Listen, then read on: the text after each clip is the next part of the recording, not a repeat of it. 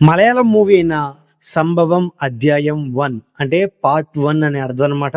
So, ఈ movie Jio హాట్‌స్టార్‌లో Telugu language కూడా అవైలబుల్‌గా అయితే ఉంది. ఈ మూవీ రివ్యూ గురించి ఈ వీడియోలో మనం మాట్లాడుకుందాం.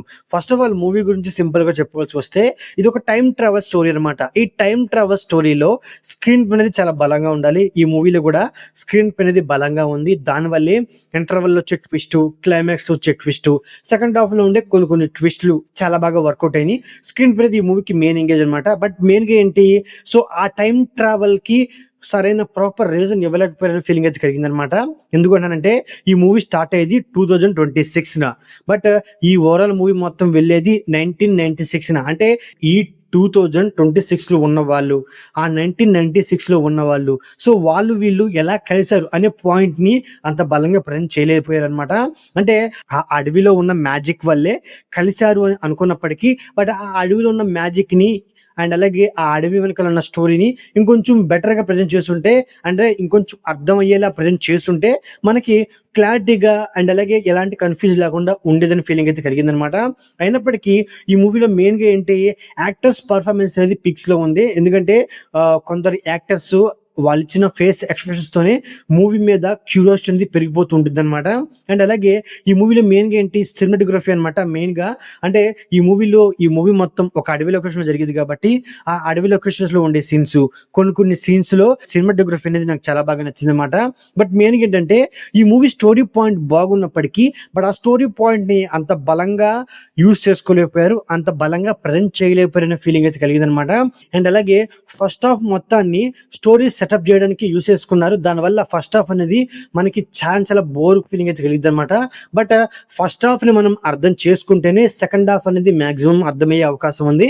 బట్ పేషెన్స్‌తో ఫస్ట్ హాఫ్‌ని అర్థం చేసుకుంటే సెకండ్ హాఫ్‌లో ఉన్న ట్విస్టులు అండ్ అలాగే ఆ సెకండ్ హాఫ్‌లో ఉన్న మలుపులు మనకి సింపుల్‌గా అర్థమవుతుంది. దానివల్ల మూవీ అనేది నచ్చే అవకాశం ఎక్కువ ఉందన్నది నా ఫీలింగ్ అనమాట. ఇక మూవీ యొక్క స్టోరీ గురించి సింపుల్‌గా చెప్పాల్సి వస్తే, ఈ మూవీలో హీరో తను ఒక లాంగ్ లీవ్ తర్వాత మళ్ళీ తన జాబ్‌లో జాయిన్ అవుతాడు. జాబ్‌లో జాయిన్ అయిన ఫస్ట్ రోజే సో తను ఉండే అడవి ఏరియాలో ఒక వ్యక్తిని కాపాడడానికి మన హీరో తనతో పాటు ఇద్దరు పోలీస్ ఆఫీసర్లు కలిసి వెళ్తారనమాట అడవిలోకి. వెళ్ళిన తర్వాత ఆ అడవిలో వాళ్ళు ఫేస్ చేసిన ప్రాబ్లమ్స్ ఏంటి అనే పాయింట్ల మీద రిమైనింగ్ స్టోరీ అయితే ఉండేదన్నమాట. ఉన్నప్పటికీ ఈ మూవీ యొక్క ఫస్ట్ హాఫ్ అలాగే సెకండ్ హాఫ్ వస్తే మెయిన్‌గా సెకండ్ హాఫ్ ఎంగేజ్ చేసిందనమాట. ఎందుకంటే ఫస్ట్ హాఫ్ అనేది సాగదీసుకుంటూ వచ్చారు. ఇంటర్వల్ వచ్చే ట్విస్ట్‌తో మూవీకి కాస్త హైప్ అయితే వచ్చేదన్నమాట. సెకండ్ హాఫ్ పోర్షన్ బాగున్నప్పటికీ, బట్ సెకండ్ హాఫ్‌లో మెయిన్‌గా ఏంటి, మూవీ అనేది ఒకే పాయింట్ చుట్టూ తిరగడం అండ్ అలాగే రిపీటెడ్ సీన్సే మళ్ళీ మళ్ళీ రావడం వల్ల అక్కడే మూవీని సాగదీసిన ఫీలింగ్ అయితే కలిగిద్దనమాట. బట్ మూవీకి ఇచ్చిన కంక్లూజన్ కూడా చాలా బాగా నచ్చింది. ఎందుకంటే పార్ట్ 1 వచ్చేసి ఏంటి, మన హీరో యొక్క పాస్ట్ అనమాట. మన హీరో వాళ్ళ ఫాదర్ ఎలా చనిపోయాడు అండ్ అలాగే ఆ ఫాదర్ చనిపోవడానికి ఉన్న రీజన్స్ ఏంటి, సో ఇలాంటి పాయింట్‌లను చూపించుకుంటూ వస్తారు. అదే పార్ట్ 1. అదే పార్ట్ 2కి వచ్చేప్పటికి హీరోకి ఒక కూతురైతే ఉండిద్దనమాట. ఆ కూతురికి ఫ్యూచర్‌లో ఏమవుతుంది, సో ఇలాంటి పాయింట్ల మీదే రిమైనింగ్ స్టోరీ అయితే ఉండిద్దనమాట. సో ఉన్నప్పటికీ ఈ మూవీలో మెయిన్‌గా ఏంటి, సో ఈ పార్ట్ 1లో తండ్రి కొడుకుల ఎమోషన్‌ని అంత బలంగా ప్రెజెంట్ చేయలేకపోయారు. అంటే వాళ్ళిద్దరూ కలిసినప్పుడు అవనండి అండ్ అలాగే వాళ్ళిద్దరి మధ్య వచ్చి ఒక బాండింగ్ అవనండి, సో ఆ పాయింట్ల మీద వచ్చే సీన్స్ అనేవి వేరే లెవెల్‌లో ప్రెజెంట్ చేసుంటే మూవీ అనేది వేరే లెవెల్ ఉండేదన్నమాట. బట్ స్టోరీ పాయింట్ అండ్ అలాగే ఈ మూవీ యొక్క స్క్రీన్ ప్లేతో మూవీ అనేది ఎంతో కొంత ఖచ్చితంగా ఎంగేజ్ అయితే చేస్తుందన్నమాట.